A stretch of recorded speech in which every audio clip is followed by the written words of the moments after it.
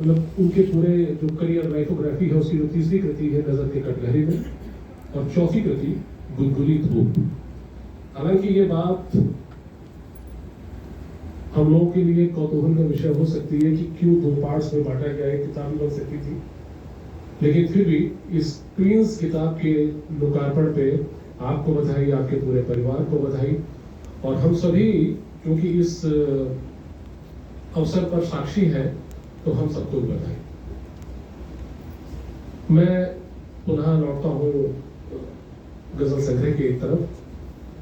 आज का जो लोकार्पण समारोह है, मेरे बाद भी आपको बहुत अच्छे और बहुत वरिष्ठ जो लोग हैं जिन्होंने गजल के म्यार को बनाए रखा है, गजल की ऊंचाई को बख्शा है। सुरेश यहाँ पे सुभाष चंद्र जी मौजूद है। आपको बहुत सारे लोगों को सुनने का मौका मिलेगा। मुझे कहीं जाना था, इसलिए मैंने निवेदन किया कि मुझे पहले बोलने का अवसर प्रदान कर दिया जाए। मैं बहुत संक्षिप्त रूप में अपनी बात रखना चाहूंगा। पवार साहब कहना यह है कि एक शेर है कि शेर आईना है दरअसल दिल शायर का। शेर आईना है दरअसल दिल शायर का, दिल में तूफान इल्म हो तो गजल होती है। और जो शायर है वो ये कहता है कि दिल में अगर तूफान इल्म हो तभी गजल होती है। अब किसी गजल संग्रह की बात की जाए तो तूफान इल्म क्या हो सकता है? तूफान इल्म ये हो सकता है कि उस पूरे गजल संग्रह में जो मजमुआ है उसकी थीम क्या है। मैं संवेद रूप से अगर गुनगुनी धूप और नजर के कटघरे में दोनों गजल संग्रह की बात करूं तो मुझे ये कहने में कोई संकोच है नहीं कि इन दोनों गजल संग्रह में अनिमेष शर्मा जी ने बहुत सारी चीजों को स्पर्श करने का प्रयास किया है और वो एक बड़ी हद तक सफल भी रहे हैं। सिर्फ प्रेम, मोहब्बत, इश्क और जो हमारी रवायती शायरी है वो तो वहाँ मौजूद है ही। जो नए नए विषय हैं, जो नए नए हमारे पूरे माशरे में, हमारे पूरे सोसाइटी में नई नई चीज़ें हो रही हैं, चाहे वो डिजिटल ट्रांसफॉर्मेशन हो, चाहे वो इक्वलिटी विद जेंडर हो, हर तरीके के विषय को उन्होंने छूने का प्रयास किया है। और यही सबसे बड़ी बात होती है किसी शायर की, किसी भी कवि की या किसी भी लेखक की, कि वो जो भी आसपास घट रहा है उस सब को अपनी लेखनी में समेटने का प्रयास करें। मुझे हैरत हुई कि जब उन्होंने मोबाइल, रेप, ये इस तरह की बहुत सारी चीज़ें जो हमारी ज़िंदगी से बहुत आसपास जो चीज़ें घटती हैं, कंप्यूटर, इन सब को उन्होंने अपनी कविताओं में समेटने का प्रयास किया। तो ये दिखाता है कि कविता जो हमारा जो शायर है वो एकाकी का शिकार नहीं है। तो उसको सिर्फ ये नहीं आता है कि वो सिर्फ प्रेम, मोहब्बत या जो रवायती एक चीज़ है उसी को देखे। वो अपनी नज़र को 360 डिग्री पे दिखा के चलता है, 360 कोण पे वो देखता है, और जो भी आसपास घटित हो रहा है, जो अपने साथ घटित हो रहा है, उन सब को आपके सामने लाने का प्रयास करता है। और बड़ी खूबसूरती से गुनगुनी धूप और नजर के कटघरे दोनों में ये चीज आपको सुनाई पड़ेगी। मैं अगर इल्म की बात करूं तो गजल के इल्म में ये भी शामिल है कि उसका किसी भी गजल का स्ट्रक्चर क्या है, क्योंकि ये बहुत जरूरी है। हर एक विधा की अपनी एक मांग होती है, उनकी डिमांड होती है।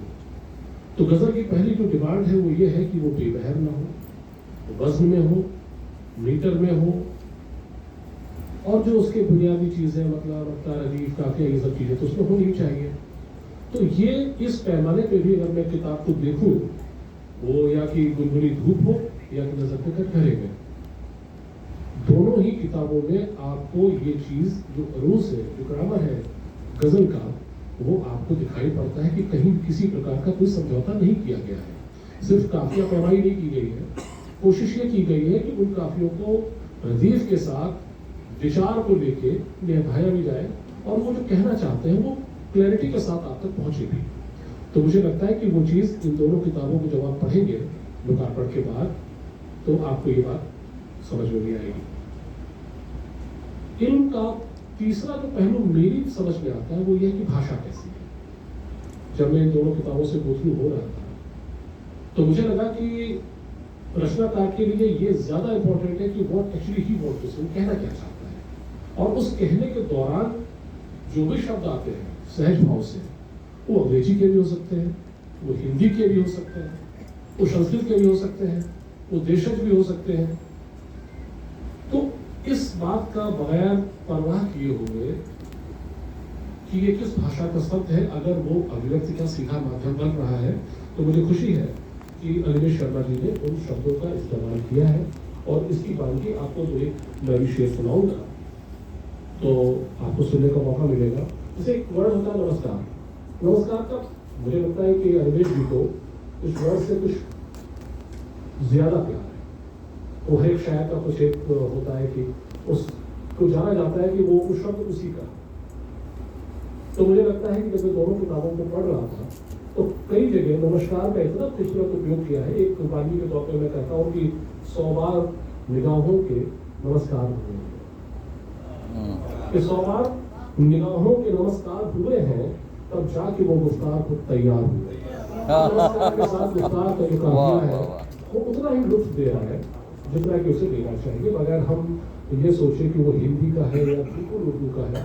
गुफ्तार के साथ नमस्कार। और बहुत ही ये पूरी की पूरी जो गजल है, या पूरा मैं कहूँ गजल संग्रह है, वो इस मामले में पठनीय है। मैं अपनी बात को थोड़ा सा आगे बढ़ाता हूँ कि ये बहुत जरूरी है कि जो बात कही जा रही है वो कितनी संप्रेषित हो रही है। कई बार ये होता है कि हम अपनी बात को कहना चाहते हैं लेकिन वो सही तरीके से रिसीवर एंड पे पहुंच नहीं पाती है। तो कम्युनिकेशन ये कहता है कि जो बात हम कहना चाहते हैं वो बात आप तक भी पहुंचनी चाहिए और उसी प्रवाह के साथ, उसी गति के साथ पहुंचनी चाहिए जिस बात में हम कहना चाहते हैं। तो मुझे खुशी है कि अनिमेष शर्मा की ये बात जो वो कहना चाहते हैं वो उनके पाठक तक उसी रूप में पहुंचेगी, बगैर ट्रांसफॉर्म हुए जैसा कि वो कहना चाहते हैं। एक चीज होती है मौलिकता।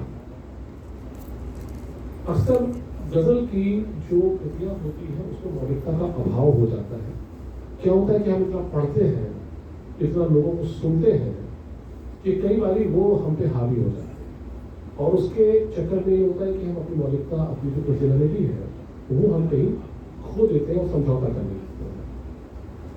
बड़े सभी भिक्के लोग यहाँ बैठे हुए हैं, बड़े सुरी के लोग बैठे हुए हैं, मेरी बात से इत्तेफाक रखेंगे, लेकिन जब हम गुनगुनी धूप और नजर के कटघरे में पढ़ते हैं तो मुझे इस बात की खुशी है कि हर जगह जो राइटर है उसकी मौलिकता के दर्शन होते हैं, चाहे वो लेखन में हो, चाहे शब्दों में हो, चाहे वो अभिव्यक्ति में हो, चाहे वो विचार में हो।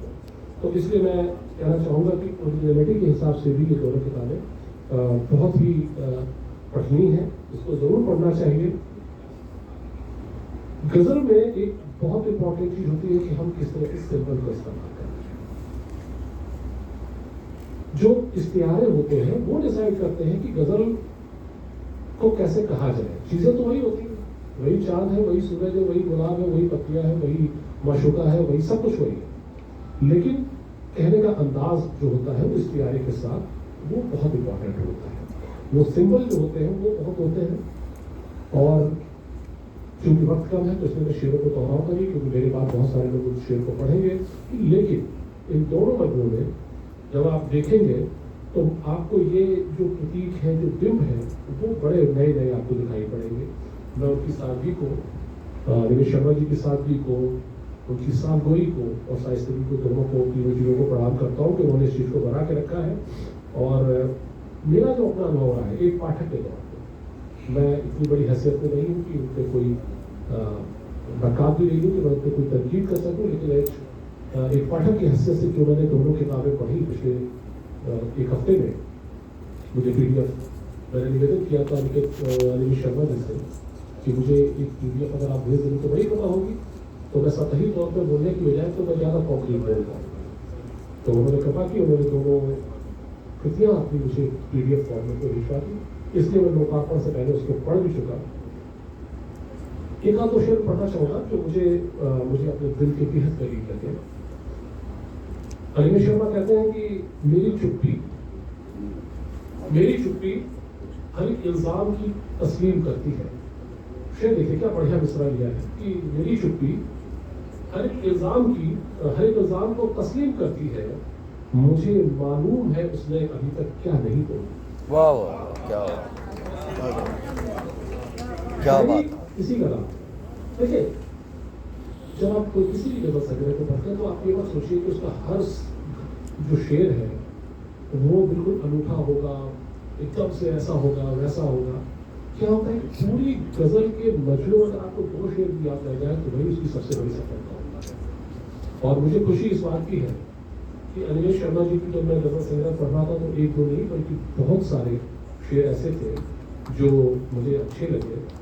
और देखिए, एज एक्सपेरिमेंट एक शेर मैं पढ़ना चाहूँगा, 1 या 2 शेर पढ़ता हूँ मैं। कहते हैं कि